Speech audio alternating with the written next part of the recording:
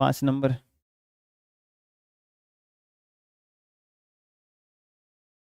8 centimetre लंबा एक रेखाखंड ए बी खींचिए।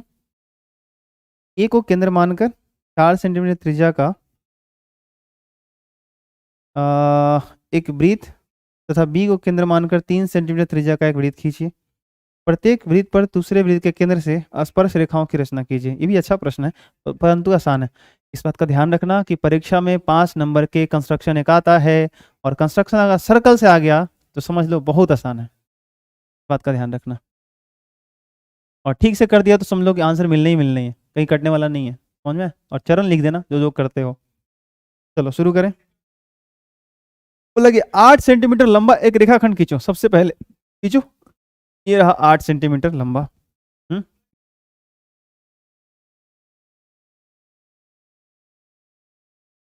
चलो मैं मान लेता हूं कि ये 8 सेंटीमीटर लंबा एक रेखाखंड खींच है। ये इसको मान लो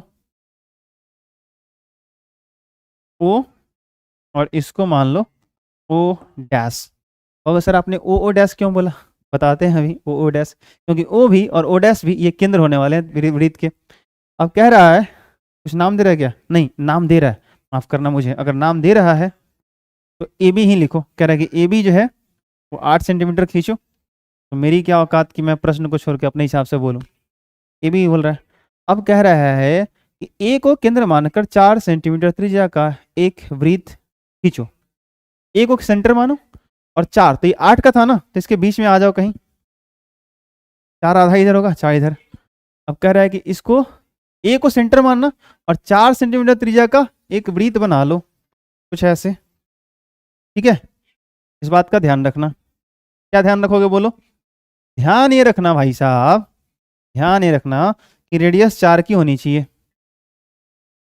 रेडियस कितनी की होनी चाहिए? 4 की होनी चाहिए। और कह रहा है बी को भी सेंटर मानो, बी को भी सेंटर मानो और एक और सर्कल बनाओ, लेकिन ये सर्कल 3 सेंटीमीटर का होना चाहिए। तो पूरा ए से लेके बी तक तो 8 था और ये 4 ले लिया और इधर 4 बचा होगा, तो इस बार 3 ही लेने हैं। तो इसका मतलब इसका सर्कल छोटा बनेगा, इसका सर्कल छोटा बनेगा, कुछ ऐसा।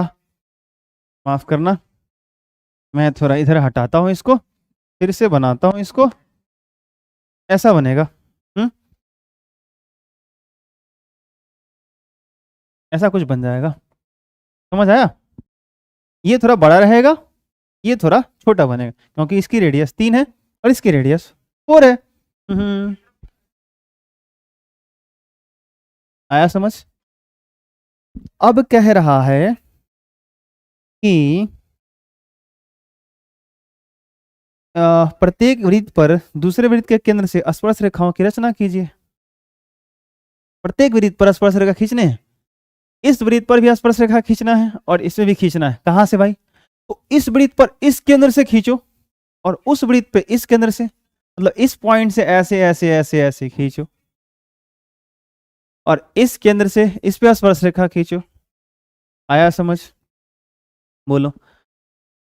इसके सेंटर से ऐसे स्पर्श रेखा खींचो और इसके सेंटर से इस पे ऐसा स्पर्श रेखा खींचो। मैंने दोबारा कर दिया, ऐसे करना है। तो सबसे पहले तो आप क्या करोगे, इसका लंब समद्विभाजक खींचो। तो 8 का था, बताओ बताओ, 8 का था तो 4 आधा आधा होगा। और जाहिर सी बात है, जाहिर सी बात है कि ये 4 सेंटीमीटर त्रिज्या का अगर ये वाला वृत्त था तो जो लाइन आएगा लंब समद्विभाजक का वो यहीं पे आएगा, इससे सटा हुआ आएगा। सोच के देखो, हाँ या ना? जो चाप काटोगे आधा अनुमान लगा करके उसे सटा हुआ यहाँ आएगा, हाँ ना? बोलो। अब जब इसको सेंटर मानोगे, मान लो इसको तुमने सी मान लिया और इसको सेंटर मान के फिर से एक नया वृत्त बनाना, एक ही बार में काम खत्म हो जाएगा। इसको सेंटर मान के एक नया वृत्त बनाना।